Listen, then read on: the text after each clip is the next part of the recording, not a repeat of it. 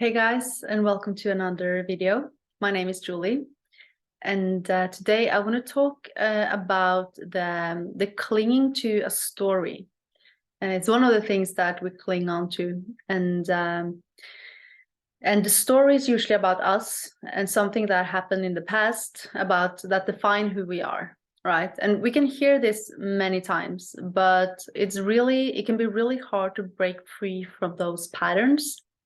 Especially if there's a lot of emotions involved. And in my experience, when there are stories that we can't really break free from, like we're hearing the same story again and again about who we are, that keeps reaffirming.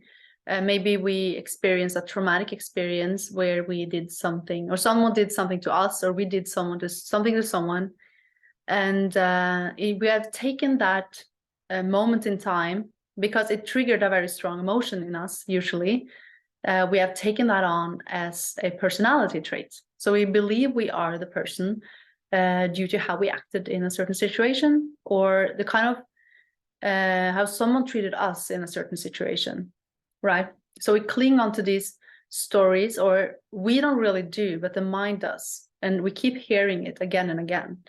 And we can end up also being unaware of this. So we are stuck in these stories about who we are. And we are a person on a self-development journey, right? And I'm not criticizing self-development. There's a lot of positive or good things there. And I think most people touch upon self-development. Many people, I'm sorry, touch upon self-development before spirituality, because self-development is about self-improvement, right? So we long for something and we try self-development, and it's much more, I would say, accessible or much more mainstream than non-duality or topics like this. So self-development is in the opposite direction of spirituality, even though they are mixed many times. So because you can say that it has to do with the self, right? In many ways, both has.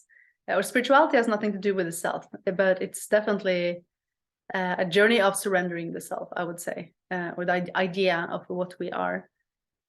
And self-development is about creating yourself. You're creating yourself into be this, you're creating reality into being this, right? And there's nothing wrong here. And that's a part of this experience as well, because I would say source, or the cosmos, or God, if you want, I don't know, the being that we are, it wants to create itself. It wants to become, it wants to take a form and experience that form.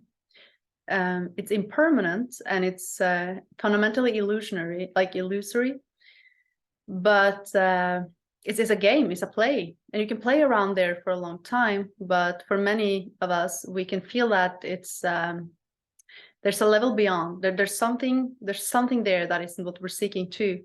There's something even deeper, and that is the true nature of what we really are, which goes beyond the identity, the form we create and step into. And we believe in that form, and we want to perfectionate that form. And the moment we try to perfectionate something, it implies that we're rejecting something else. And what we truly are will never reject its own creation. That's unconditional love. So you can say that I want to create myself into being, I don't know, something, I don't know, healthy, right? Or maybe even confident. And in that moment, you want to become confident. It's the moment you reject the part of you that is insecure. And true love actually embraces both the confidence and the insecure, and realizes that they are content of this experience, not what we really are. When you believe you are the insecure person, that's when the problem or the suffering occurs. And you think you need to change it and fix it and manipulate it to become something else because it's not good enough as it is. And that's when suffering is manifested, actually, because you reject the part of yourself. And you don't need the confidence. You don't need that, because when you embrace the insecurity, there is nothing that needs to be manipulated or fixed, because it's already accepted, it's already integrated, and it's already transformed into authenticity, and at least in my experience. So we are chasing these dualistic experiences because we still believe them to be real. And in reality, we have a sense of mistaken identity. There's nothing wrong with us. And insecurity is also welcome in this cosmos. It's also welcome in this universe. And we are not what we're not the form we're playing. It's something that moves through us. It's a part of the content of this experience. It's a part of being human in many ways. So there's a level beyond creating yourself, and that is realizing that it's just a creation. It's not actually what you really are, which is timeless and permanent. Because no matter what you have, what form you've taken on, and however you have felt, and however you have sort of defined yourself, something is always there, right? Something is always there experiencing all these things. And it's a mystery in many ways, and we can't really put our fingers on it, but we can say that what we're not, right?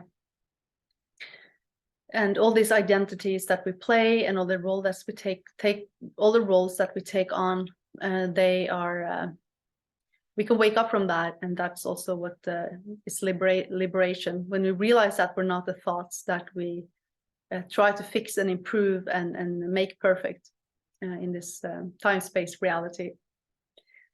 And yeah, so this is what I had for today. Liberation is when you realize that you're not the form that you took yourself to be, that you have created your whole life. And sometimes stepping back and spend time alone and in meditation, in self-inquiry. And I go through this in my mentorship program, and also a little bit in my free masterclass, and you can watch it through the link in the description below. When we spend time alone or becoming aware of the mind and the stories in the mind, we can let go and reconnect with our true nature. And until next time, much love and namaste.